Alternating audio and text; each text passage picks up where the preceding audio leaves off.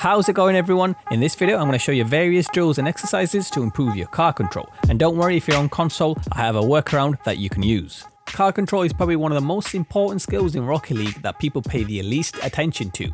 Players that plateau in their mechanical skills are usually the ones that don't practice car control directly. Not only does it help improving existing mechanics, it makes learning new ones much easier.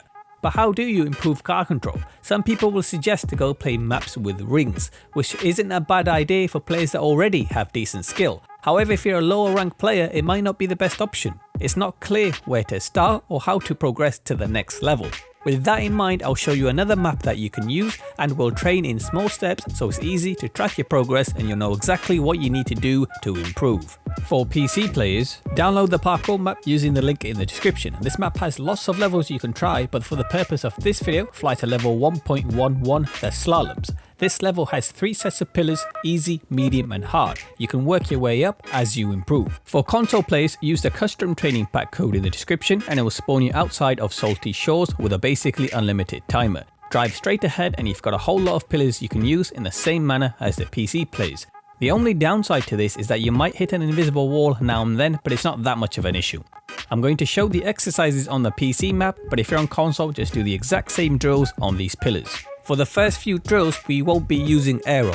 Most beginners jump straight to air rolling and then can't figure out that it's their lack of flying skill that's stopping them from progressing. I can't emphasize enough how important it is to learn how to fly the car before learning how to air roll. For drill 1, fly to the end and back. I want you to slalom in between the pillars and don't use air roll unless you need to straighten up the car or to turn around at the end. If you find this too hard to begin with, slalom after every 2 pillars instead. This will give you more time to get the car under control. Once you reach the end, turn the car around and fly back in the same manner. You'll need to turn ball cam on and off to make the camera face forward as you turn around. If you struggle with this, just land and turn on the platform.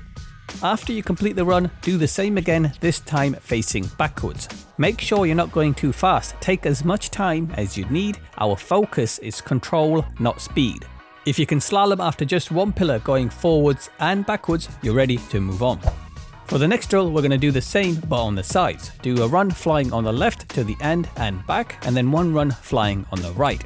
The reason I've separated this out is that it's much harder to fly on the sides than forwards or backwards. If you're a beginner, it'll be a big step up from the previous drill. It's more difficult to control your speed, so try not to tilt too much.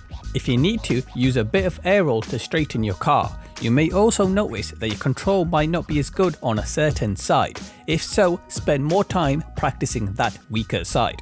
Again, to make it a little easier, you can slalom after every 2 pillars and work your way up to just 1 pillar before moving on.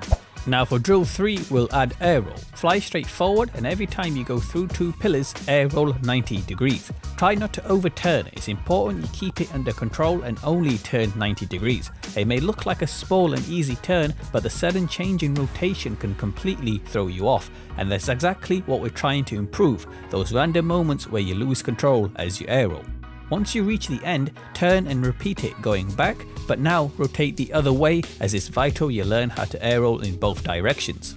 Repeat as many times as you want, then once you're confident, try to complete it rotating after each pillar before moving on. For drill 4, after we go through 2 pillars, we're going to turn 180 degrees, and every time we turn, we're going to alternate between air rolling to the left and the right. So for the first set of pillars, air roll to the left, then the second set, air roll to the right. Carry on alternating until you reach the end, then fly back in the same manner. As this is a 180 degree turn, you'll need to repeat this for flying on your sides so you're covering all orientations. Like before, if you find it difficult, always start with a 2 pillar gap, then as you improve, try rotating after each pillar.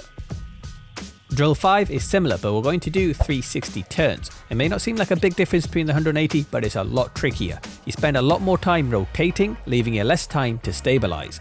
Start off by rotating after 2 pillars and air roll to the left. Once you reach the end, land if you need to, then on the way back, 360 air roll to the right. Repeat for the other 3 sides, going backwards, left and right, but remember, air roll to the left on the way there and to the right on the way back. After you can do 2 pillars, try to do the same after just 1 pillar.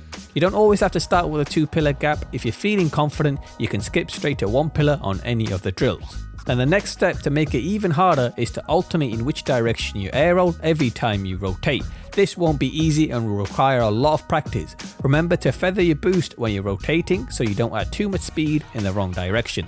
From here on out, you're free to mix it up in whatever way you wish. However, don't just randomly spin everywhere. Try to set goals. For example, you can try to turn 90 degrees at the first pillar, then 180 on the next, then a 360 on the third pillar, and then repeat air rolling in the other direction on the way back. Practicing with plans like these will make your training sessions a lot more efficient. If you want to up the difficulty even more, you can always try to go through the drills on the harder pillars. This will require extremely good control and is a superb exercise for those looking to truly master aerial control. To get the most out of your training, you need to spot and fix your weaknesses. Don't go through these drills on autopilot. Pay attention to when you lose control as you're practicing. Is it when you air roll to the left or when you air roll to the right? Then spend more time on that weaker side. And remember, everyone learns at different speeds, so don't worry if you don't get it straight away. If you're a newer player and you struggle with aerials, your focus needs to be on the first 2 drills that don't use air roll. Don't try to air roll before you've even learned to fly. I hope you guys found this video helpful. If you did, consider subscribing and hit that like button before you go. Thank you so much for watching, and I'll see you in the next one.